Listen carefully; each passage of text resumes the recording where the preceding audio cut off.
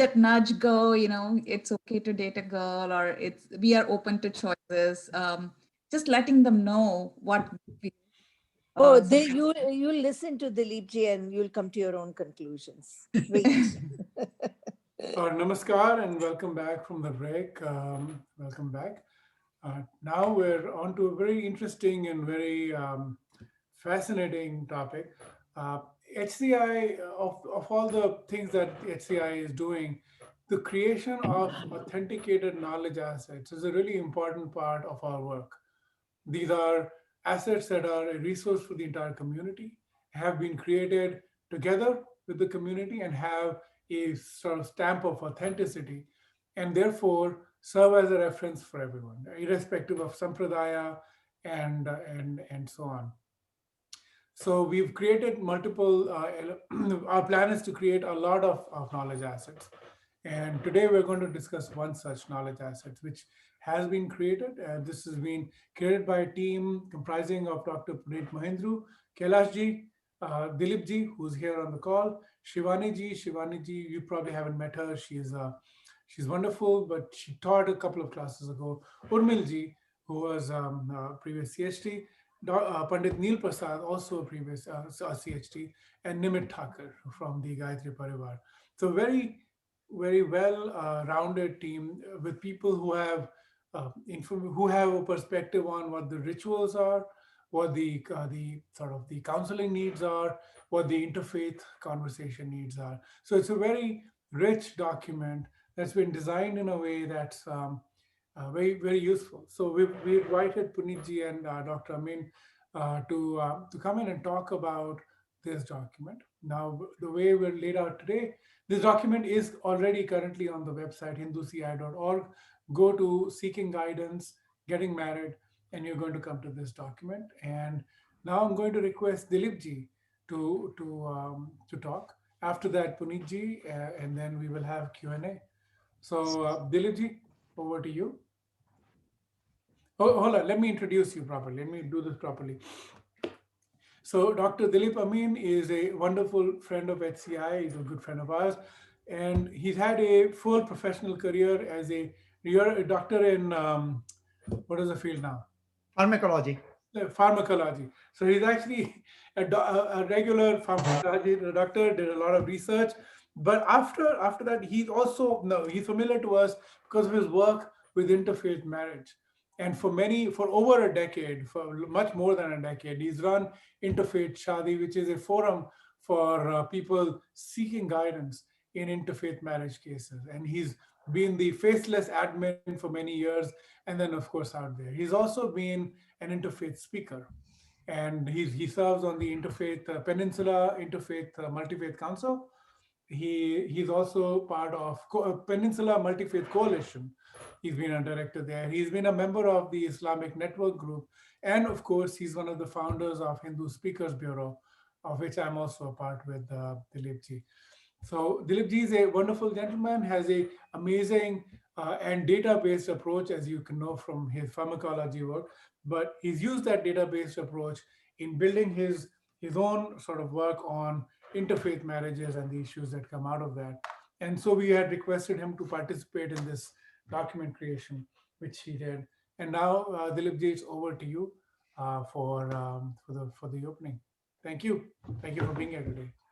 Namaste. Thank you for this invitation. And it's really, really great pleasure meeting all you scholars. I like to work with you all one-to-one, and we'll want you to go out and speak to the community, whatever we are learning here. So this marriage module, there are 3 sections there. So Punit ji is there. She will actually supposed to go first, but she will join after I am done. And out of 3 sections, yeah, it says here, critical considerations before marriage. I'm going to cover the second part, that is considerations in an interfaith marriage, and then later on Hindu wedding ceremony itself. So on this guidance, first, why this subject matter, that is interfaith marriage, is important. there is a fact that 38% of our boys and girls in America, Hindus, they marry to Christian, Jews, and Muslim. So 38%.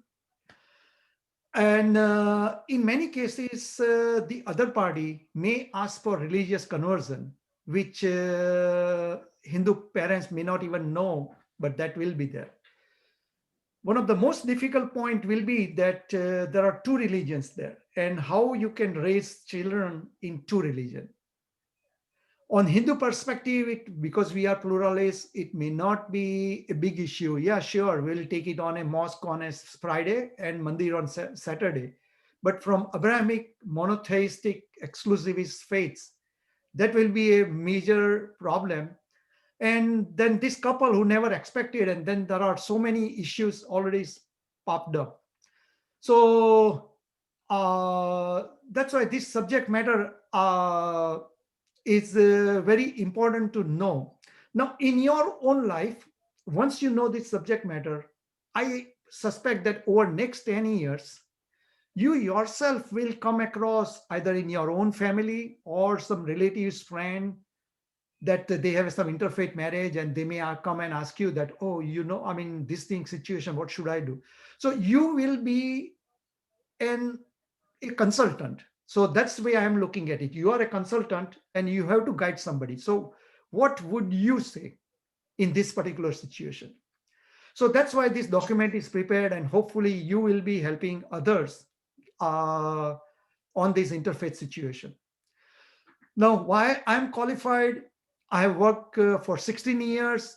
I've guided 1,200 youths around the world on their interfaith relationship issues.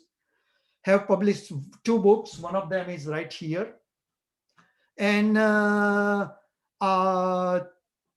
yeah, my focus is this Abrahamic Hindu, Abrahamic Dharmic marriages. So I will not go in all those details, what those interfaith marriages and issues. Instead of that, on chat line, I have provided the link, which I gave a 2-hour seminars to HCI. All of you should watch it. And if you watch this seminar, you will see exactly how you should handle different situations if you end up getting it. Some of the new way I'm trying to approach, asking people to approach, is a totally novel way. For example, if let's say you are a Brahmin and your daughter come and tell you all of a sudden, big surprise, that mom, I have a Muslim boyfriend, I want to marry her. I mean, naturally you will be in a big shock. And I have found that Hindu parents make so many mistakes in next 2 or 3 months after they hear this one. So in this presentation, in that presentation link I provided, you will find out how to totally handle and take the situations to your own, our own advantage, or our own, that we end up getting hurt, as well as the couple gets happier ultimately. So I will not go in detail, as I said, but I will just focus on the document, what is prepared here. Now, let's say you are a consultant. Somebody asks you that, can you help me? So as a consultant, it is very important that you are not just average Hindu. You cannot be Hindu. You are a consultant. You have to act like you have to be non-judgmental. You cannot say that, interfaith marriage is not good because whatever. You cannot put your views. Other thing is that if that party is a Muslim or Jew, you cannot say that, no, he's going to be love jihadi. No, you are just going to be non-judgmental. Now, other thing is, as a consultant, you are supposed to provide them the guidance, but you are not here to decide for them that this is good for you. No. And sometimes as a consultant, you have to tell to the couple who is asking your help something what they want to hear. For example, that example I gave you, that mom, I'm in love with Muhammad. So what would you say? You tell your daughter, oh yeah, sure, great, no problem. Chalo, badi dhamdhum se shaadi karenge. So as a consultant, most important thing for you is that whoever party is asking you, they keep on asking you. And over next 3 or 4 months, 6 months period, long period, you slowly steer the party to a right direction. So I always say, don't use a sledgehammer, boom, and that party run away. And once they are not in your hands, they end up making more mistakes. But keep on giving little bit, little bit, and slowly you have to keep it in your fold and gear them. So if you do these things, that will be of very useful. Now I will go through that document as is on. Maybe Gaurav, you want to display that pages as I go on, or however way it works. So in this document, and you may read it, yeah, right.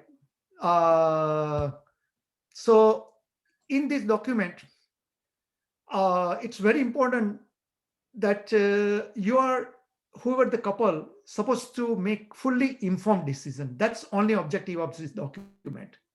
And that's what, as a consultant, you do is just inform them, not decide for them. So one of the important thing, if somebody comes to you, I mean, you should be asking that the wedding, how you planning to do the wedding? What kind of wedding are you going? Are you going to have a Hindu wedding, or you going to have a Muslim wedding? So if they says yes, we're going to have a Islamic nikah wedding, then you're supposed to pose a second question, that nikah requires shahadat, meaning religious conversion. Did that question came up? Or church may ask for religious, some kind of prenuptial agreement. So is that the plan? Meaning you're just asking questions and let them make their decisions in their own life or what they have decided. Important thing for all those three faiths are did they ask you to change religion? Or if you said, yeah, you are going to change it. Oh, you say it doesn't matter, it's only 5 minutes, you don't have to really practice it. Meaning you're just converting for namesake. So bring up all those talking points, and you can read the document later on so you see what it says. Also, you have to keep in mind as a consultant that there is let's say there is a white man sitting there and a Hindu boy or a girl, or a Hindu girl, let's say, and a white man. You have to also help that white man or whoever these non-Hindus to explain what the Hindu system is. Okay, you're talking about Hindu wedding. In Hindu wedding, there will be all extended family will be there. There will be kaka, mama, dada, dadi, chacha, nani. I mean, so many people will be. Have you discussed between all those how the wedding will be? So basically, explain them about Hindu ceremony and what are, or ceremony in general, and ask them questions, and they will be little more clear if they are not clear what they are getting into it. The second point we put it on in this document is the wedding expenses. And that is a very important point because the wedding costs a lot of money. So wedding maybe a year later on, but if you can bring them, look, who is going to pay for the wedding? How many guests going to come? And who is going to pick guests? Meaning all wedding and expense related discussion you can bring up, and that way they get little better prepared for that. If they are in any delusion, or that one parent is going to pay or other parent is going to pay, then they get a little better prepared or get better clear on that idea what they want to do it. So further, next point we put it on that document is parents of the couple, because now there are two sets of parents, and you have to remind them, if two sets of parents cannot sit in one room for 1 hour, I mean, that could be an issue. So are two parents compatible? And also the extended family. Observation and everything followed. This class is not just for me. This class is for so many other people. Even it is not clear to me. Something. Yeah, can everybody put on mute because I didn't follow that one. Okay, let me continue here. The other important point is also that you have in-laws, but it's, for example, in probably on Hindu side, Hindus in-laws tend to feel that they have rights to give advice to the couple, or that let's say if there is a white girl coming as a daughter-in-law, probably Hindu parents may be a lot more, oh, you should be doing this way or that way. And that girl may not be prepared that way. Point is, I mean, you're not here to judge who they are and all that, but at least bring up to those couple that have you thought of all those issues or situations that how you manage going to manage these parents. And they may decide or tell you or come to discuss this and okay, no, I'm going to pick parents off, or we'll discuss it out, whatever. So your objective here is to just make them aware of situations. Further is the extended family that again, on Hindu sides, we may be a lot more close-knit family versus on some European is there, no family shows up. On Hindu side, there is always some or other ceremonies going on, somebody's birthday, and everybody expected to be there all the time. Sometime you have a relative comes from India with their bags, or maybe your parents are in India. This couple is there, their parents are in India, and when that couple comes and visit, the parents comes and visit, they may come with a full 2 bags and hope to stay with this couple, interfaith couple, for a whole month. And whoever that non-Hindu side, they may freak out at that time. And my marriage is already 2 years old marriage, and that could put them a lot of strain. So again, you are bringing all those scenarios, remind them that, look, have you thought of all those things? Moving further, we also put it on the financial obligations. And that's a really very important point that, let's say you decide that, yeah, I'm a Hindu, the other party is Christians, we'll do both sides. But do you realize that, or Hindu side, realize that being a Christian or going to Christian church, you have to pay 3 to 12% of your gross income, family gross income, to the church. That's a mandatory if you want to be part of that church community. So you can remind them that, have you thought about it? And are you going to give the same amount to Hindu sides? So those are the points, something, and also let's say on Indian side, if your parents are in India, this couple's, one of that couple parents are India, sometime you expect keep on sending money to take care of their parents. So your objective is to just make them think that in this scenario, are you going to contribute? How are you going to, between you two, have you thought about all those things? So all those points, basically you're trying to do that, make them think points which they may not have thought about it. Another important point is religious at home. I mean, at Hindu home, we may be just used to having Lord Ganesha's photo or some statues, or I mean, which for an Abrahamic, if a Muslim or Jews or Christians, they may freak out that no, that's idol worshipping. You cannot have those other godly photo in the home displayed. So it's couple's choice whether they want to display or not. But your point is, have you thought about all those points? Other is Diwali may come, Christmas may come. Which one are you going to celebrate both? And how are you going to manage? The important point is which religion the children is going to follow. Now for Hindu, it is easy to say that we'll let them follow both, because Hindus have no problem. Yeah, you take them to church on Sunday, no problem. I'll take them to mandir on Saturday. So Hindu side, generally that may not be problem, but that will be a major problem for the church side if they are exclusivist minded. And same for Muslims and Jews, that for that religion, they have to follow their religion only. Once you are baptized, you are supposed to cleanse all your former practices and follow Jesus only.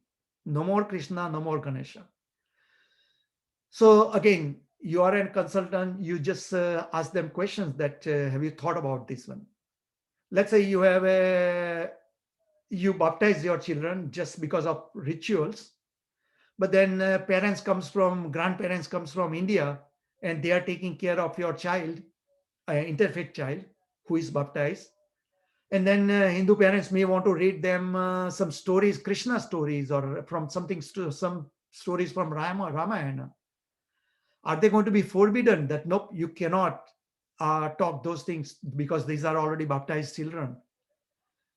So those are the issues many times Hindu or even interfaith couple may not have thought through, because they are just in love right now. They have not married and they are in still those dating heavenly period. So your objective is to remind them what is coming 1 to 10 years down in married life. And if you really prepare them well, make them thought through all those things, then they will make the right decisions and they will be a successful parents, and they will thank you for taking them on the right side. Or alternatively, they may decide that forget it, this marriage is not going to work out. We did not thought of all those major issues, and they cannot compromise on certain things, and they don't want to get married. I mean, that's their choice. Rights. Next point is we put it on is the rite of passages. Now, it is very important. It's in Hinduism also that we have certain rituals and we want them to follow through. Same thing for them. For Christians, it is very important to baptize their children. Muslims and Jews, is very vital for them to circumcise their children. If the child is not circumcised, they feel it's some kind of sin. It's going to some superstition, that some negative thing going to happen. Jewish people may want bar mitzvah. So you may raise the question that are you going to have those kind of formal rituals to the children? And most important, are they willing to raise children in two faiths? Also, additional point we put it on that document is who will support you, who will help and listen to you when you are in a crisis, because you are a couple from two faiths. I mean, every marriage will have one or other issues coming up. So who are you going to go to? Are you going to your in-laws or some elder in the family? You have a close friends who are helping you. Is that going to be your pandit in the mandir, or priest or rabbi who is going to help you out? So who is your consultants? I mean, hopefully they will say that you will be one of their consultants. They will come back to you for guidance later on, if you did good job right now. And the last point we put it on is also remind the couple that what kind of food you're going to cook at home.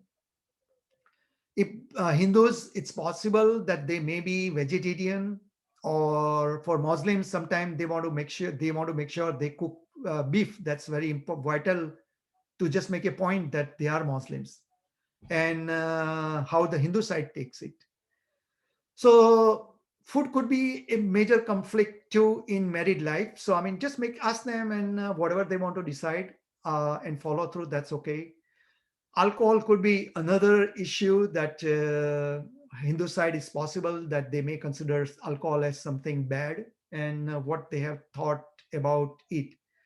Now, sometimes alcohol drinking, just casual drinking, just takes little wine and sip through. That's one thing. But in some family, having 2-3 beer every night, that could be norm. So I mean, you may ask more poking questions, and that way help the couple decide on it. So basically, these are all the, I guess, Gaurav, we don't need the display anymore.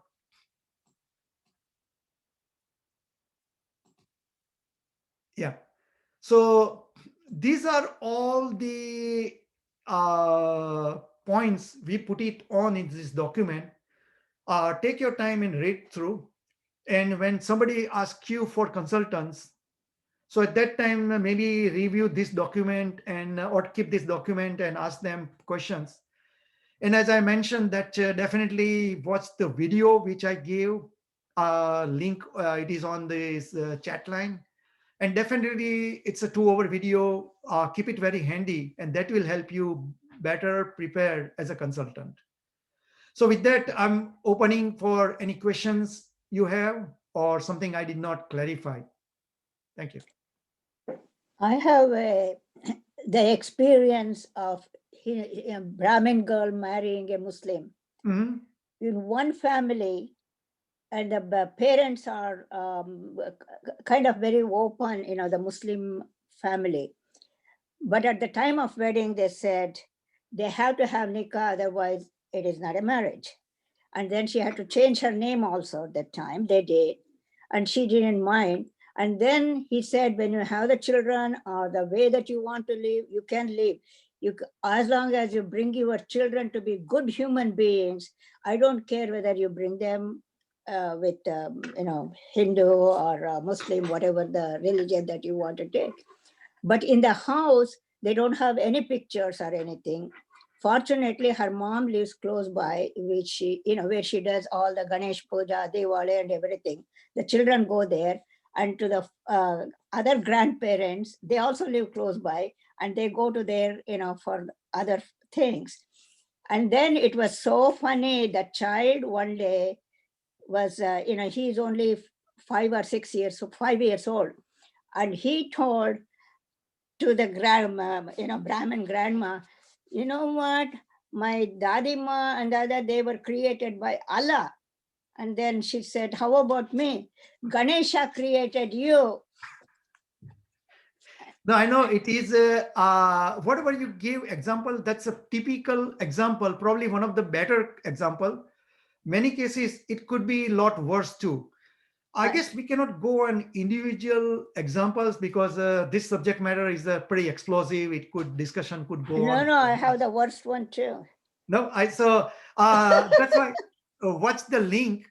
But on question answer, focus on something I said which is not clear about you, not as much on interfaith marriage, because otherwise we'll be discussing for next 4 hours. Right. Yeah. And the other one didn't work out. Yeah. Any other questions on whatever I said or something on the document itself? The other issue is, people change. I mean, even though they might agree on whatever at the time of marriage, within the next, year, two, and this happens even if you marry within your own same faith, people change. So I think you said a lot of things, and I'm sure you would have said it in the document also. The most important thing in a marriage is, if you truly care about this person, you need to keep working on it. It is not a one-day thing. It is not a one-year thing. It is something that has to be nurtured, not just when it is a small seedling, not just when it is a fairly young tree, but it has to be nurtured even if it's a really old 50-year-old tree. At 50-year wedding anniversary, should still be able to look at each other and say, I still love this man or this woman. I want to spend whatever is left of my life with this person, and be able to hold his or her hand with complete freedom and say, and of your own will, and say, this is important to me. I think if that aspect is there, because people change all the time. Yep. People No, change, we grow. The thing is, we need to, even when we grow, we should be able to let the other person grow also, yet at the same time be together, and then not grow apart. And so I think any marriage, I think that should be the very first lesson. I agree fully that it's very important to keep the options open, basically, because what happened that when people are in love dating period, they are promises each other more than what they can fulfill. And you watch my video which I suggested, And you will realize that that's exactly what you mentioned, Rukmani ji. That's exactly what I'm saying is keep all, don't get locked into somebody's ritual that now you are this. So you will be, you have to follow. No, nothing like, I'm going to follow whatever I feel like, whenever I feel like. I'm not going to be bound. For example, church marriage, they may ask you to take baptism. No, what does they? I'm not going to baptize because you are locking yourself into certain ways. No, keep religious label out. I will come to your temple, church whenever I want it, but no, I'm not going to lock in. So, point in that video I'm saying is promise less, produce more. But at the same token, keep flexibility. Whatever I'm today at age 22, at 42, I'm going to be different. And So I want the liberty, freedom, options open. and the other issue is, the children, religion in a way, I forgive me if I'm offending anybody here. Religion is a man's human being's crutch. When we need something, when we are really in trouble, that's the only time we look for God. When we want to look for something larger, we want, Gibraltar to hold on to, Yeah. right? So we can't say, okay, I will hold on to your Gibraltar or my Gibraltar, and that Gibraltar has to be put in place at a very young age for children, because to have the complete,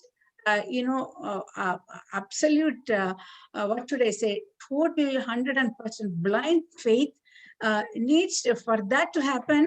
That needs to be put in place at a very young age. So I think, if the couple, either whichever interfaith marriage or same faith, they should talk about that.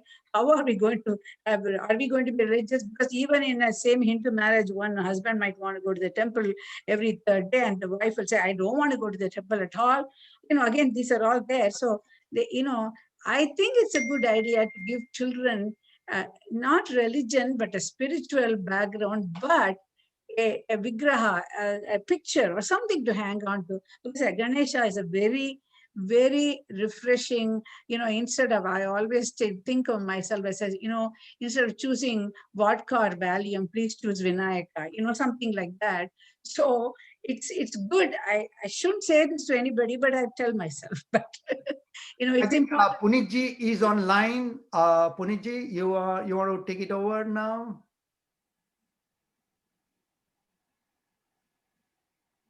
Yes, thank you, Dilip ji. And Okay, I'm good. so glad that you've all had a pretty lively discussion, so you can end on a very quiet and boring note. My apologies, I'm not well today. I'm running fever. So what I have, because talking for a while is hard, so what I've done is I've just spoken into into the my onto the phone, and I have sent that to Gauravji. Gauravji, could I you will play please it, but before that, share? Nankishore and Sanjay ji have raised their hand, and I'd like to see if Yeah, I would have a question. please. So Dilip ji, as you suggested, my question is, do you recommend any sort of a education or a training should be given to the aspirants of interfaith marriages? How to compromise and live life happily later on? Because there, as Rukmini ji said, the person today is different, and after 20 years he will be different. So what So are for that, yeah? best is the link I provided. Read the link and get back to me what is missing there. Okay, thank you. Yeah. Sanjay ji, Dr. Sanjay Padwada. Anji sir. So thank you so much, Dilip ji and Gaurav ji. One question, Dilip ji, specifically is that I think it will be a really good idea to have this sort of text and your book available in all the temples, community gatherings, because this is real issue. I mean, epidemiologically, we are talking about 1 in 3. So that's a lot. So I think my suggestion would be that, say, I'm based in Charleston. So what I can do to try to spread this good message, because I'm sure everybody thinks about this, but they also believe that they may not have to encounter this dilemma at all. So I'll appreciate any guidance in that. And I want to take this forward in our local area, at least, so that everybody. So what you can anytime, let's plan a Zoom meeting with your local community. I'll be more than glad to present it. Thank you, sir. Appreciate it. I think, Sanjay ji, I want to add one more. HCI, this is we call them knowledge asset. We're just starting this work. We are hoping that we'll have the bona fide of being global, so that temples can attach to be sent directed to our website for last rites, for wedding, for parent. We got a whole bunch happening. So I would like to keep that focus, and the CHTs being the instrument of connecting these institutions to HCI and our archives. So that's where we are heading long term. But it is an important topic like any others we talked about. Okay. Thank you. So all you scholars, you're not only students, but now you are the messengers. You will be going out and telling to your community. So I'm giving you very high standard. I'll be glad to talk to you one-to-one or in your community anytime. Thank you. Yes. Punit ji? Dilip, thank you very Yes. much for coming and joining us. So, thank you. No, that was always very enlightening, Dilip ji. So, sometimes what my experience has also been, I think, that sometimes the opposite can also hold true. That when we marry someone from a different faith or a different culture, we are a little bit more accommodating. But when we marry someone from our own culture, we are less accommodating and we slip into a default pattern where our own family of origin issues and the family dynamics that we grew up with comes into play. And all of that happens in such an unconscious manner. So when the piece that I was going to talk about is critical conversations before marriage for the young couple. And the whole idea behind that is of entering matrimony in a conscious manner and creating a relationship consciously with respect. I think that respect for each other and a sense of wonder for each other, that, you know, wow, this person has chosen to be with me. So that sense of awe and wonder, and then kind of looking at their growth, because along, you know, both persons' growth with equal amount of awe and acknowledgement and respect and companionship. So I would like to just add a little bit more. Gauravji, would you be able to play what I've just sent you? No, not the Gauravji has sent you a video, audio. The critical conversations before marriage is a part of the marriage guide, the marriage module, which hopefully you have had a look at in the in the HCI website. If you look under menu, you will be able to find it. So this is really important, because I think a lot of times when young couples are marrying for love, which at this time in the Indian diaspora, it's probably more a rule than an exception, as it was when we were growing up. So they may kind of expect that, when they care and love for a person and the other person cares and loves them, that all things will fall in place. Unfortunately, small habits, annoyances start creeping in and become bigger than they need to be. There are certain things that kind of come in the way. Oftentimes it's because they have not explored these things ahead of time. Very often people end up replaying the family dynamics that they had in their own home. And a lot of it is done unconsciously. Critical conversations before marriage is aimed at making this unconscious process conscious. When we become conscious of and aware of things that might be interfering and take responsibility for them, well, that in itself is a huge accomplishment and a huge success. So, one of the things we've talked about over here is the family structure.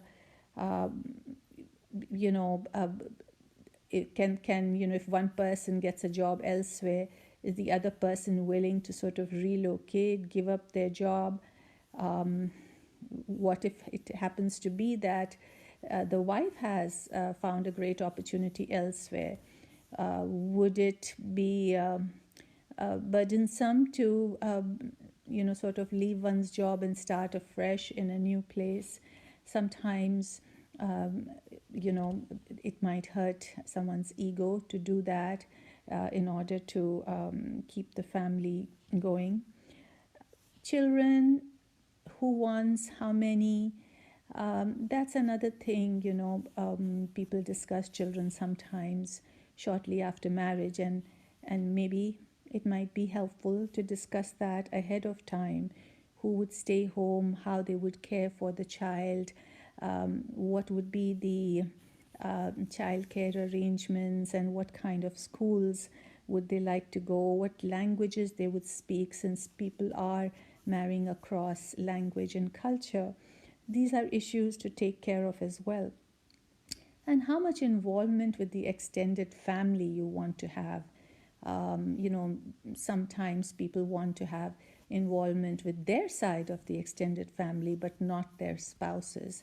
So kind of discussing that, how, if one holiday is spent with one side of the family, the other one needs to be spent with the other, and how they're going to balance it out. That needs to be thought of ahead of time as well. The living arrangements, participation in household chores, because in the beginning there is this assumption that people will do things together. When they're dating, they might be going out together, even alternatively paying for meals and doing things together and sharing.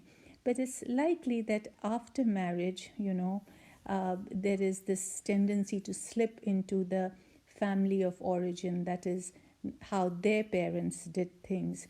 So one needs to do that very consciously, and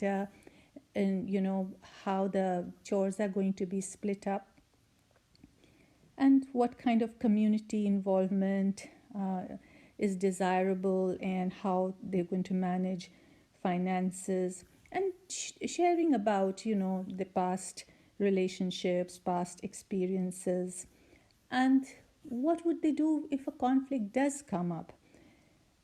Who would they go to? Is there someone in the family or among the friend circle that they mutually respect and are open to getting their feedback? And somehow when people get married, they let their guard drop. They start thinking that if they see something negative about the spouse's family, that it is their responsibility and duty to point it out to the spouse. And, things couldn't be further from the truth. It's probably no one likes to hear from their spouse that there is some problem with their parent or sibling or family dynamic. So it's probably something very, very subtle and delicate that needs to be maybe accepted. And if you do decide to share it, kind of do so in the most respectful manner, kind of accepting the whole package rather than, oh, your mother did this, and, you didn't do this for my mother, and, your brother's wife did that. So instead of kind of falling into that, because, a lot of times people think that something is wrong, then they have to point it out. There is this idea that there is just one truth, and that it should be explored and talked about in a very, very almost blunt manner. And as I said, that can be that really allows resentment to creep into relationships. And, that resentment is like a wedge in the relationship. So I would say that, learning how to handle that, and then trying to figure out how to be respectful of each other's family, how to cultivate friendship and keep that friendship going. Very often when people get married, they allow the friendship piece to just kind of go by the side. So keeping that alive, and keeping some common activities going, making each other a priority, and keeping in mind that the new family that they are creating with their partner, that needs to take precedence over their family of origin. Not to say that they need to ignore or disregard their family, but kind of create this new family. So these are some of the things that we want the new couple to discuss openly and share and explore. And we're hoping that at some point we will be able to create, we are working on it right now as we speak, to create a premarital counseling session so that people can attend those 2 or 4 sessions and figure out how they can approach difficult topics, because there are not all problems can be solved, and trying to figure out how to work with unsolvable problems becomes very important. Sometimes in the beginning problems are solvable, but one doesn't solve them, and as they continue to grow and grow, they become unsolvable, and that can create a wedge. So we're hoping that we will create this marriage counseling workshop, and we might do either 2 sessions or 4 sessions. We have still got to work on it, and then offer it to groups of people virtually so that they can explore that, do some exercises, and think about, be more conscious, build a more conscious relationship, and not fall back into old patterns that may no longer serve them. Okay. All right. Thank you. Let's have some questions. So this workshop, anybody can do, or only the ones who have are planning to work on that can attend? Well, anyone can attend, but Okay. who leads the workshop, they will require to get a lot of training. Okay. So I just want to mention, Punitji, that we have this narratives are both on text, and thanks to Nareshji, we also have the audio version of these, and you are welcome to share them with any young couple. I've been sending them off to my friends' children who are either getting serious about getting married and all that, and I have very readily given them the link and say, by the way, please visit this and give me some feedback on what you think. So I think I encourage everybody to utilize this knowledge asset, we call it, to share that in the community already as it is. And then we begin from there.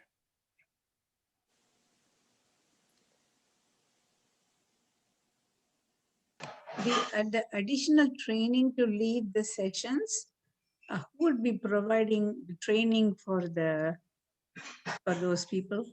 So Rukmaniji, at this time, Nan Kishorji and I, we are trying to put together some kind of a PowerPoint and have the training. And then Nan Kishorji has been listening to and attending some,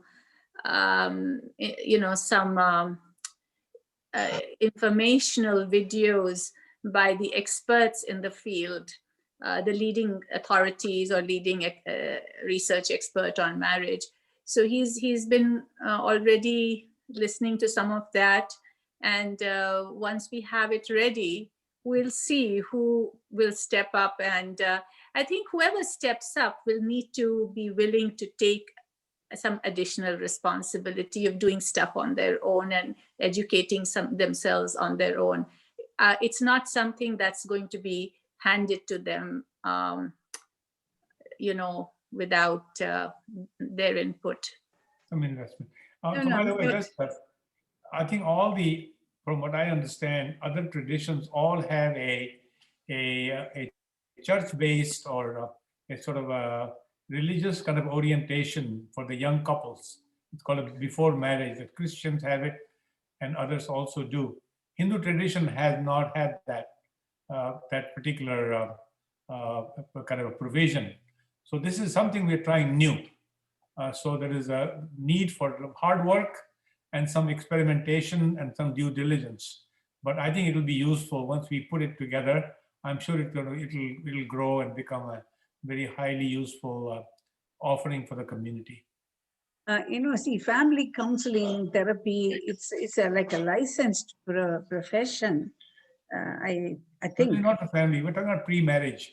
No, I understand. I mean, some of them do some pre-marriage counseling also. I think the family counseling people. Religious. So this will not be mental health counseling. This will just be an educational workshop. Oh, social. Social educational. And the people that I'm referring to, they actually do have a model that they have amateurs lead. Like people in the church who are not counselors, or people in the community, they offer these classes in the community. So I'm hoping that whoever comes forward will take it upon themselves to sort of experience that on their own before they step into it. Yeah. Okay, thanks. Is this only for the people who are getting married, the boy and a girl, or is there a counseling for the family also? Because our Hindu marriage is like between two families, and then that is not possible now. Now, this is only for the couple. Obviously, as you listen to what I spoke and what Dilip ji spoke, I'm sure there are a lot of questions and a lot of concerns. So not all questions can be answered. Not all concerns can be addressed through a generic workshop. And families are most welcome to go to their family counselor when they need that support. But this is just purely educational, purely providing them information on how to solve conflict, how to look at friendship, how to build what they call a sound, marital relationship. Yeah. Okay.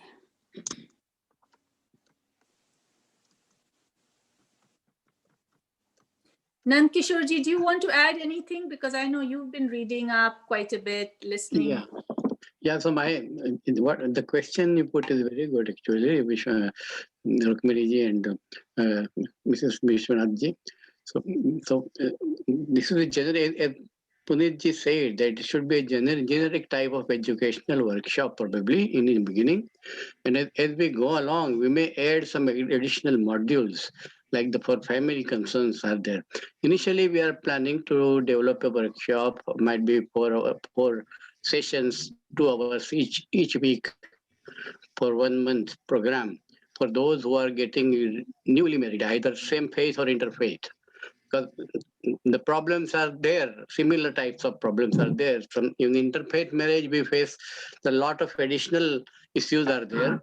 But in our same-faith marriage also, we find that people, once they get married, then after several years of staying together, they change mind, and there are cases of divorce and all that stuff. So the compromise is the fundamental thing in life, because each and every virtue is based on compromise. And that sort of educational workshop will lead them to think in this direction, so that they are prepared for each kind of conflict they may arise in future in their day-to-day dealings. So that sort of exercises and a sort of a role play that we would add to our workshop, so that will prepare them to address the situation.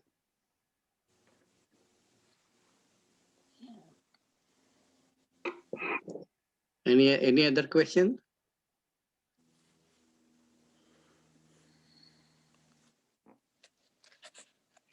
I think yeah, go ahead.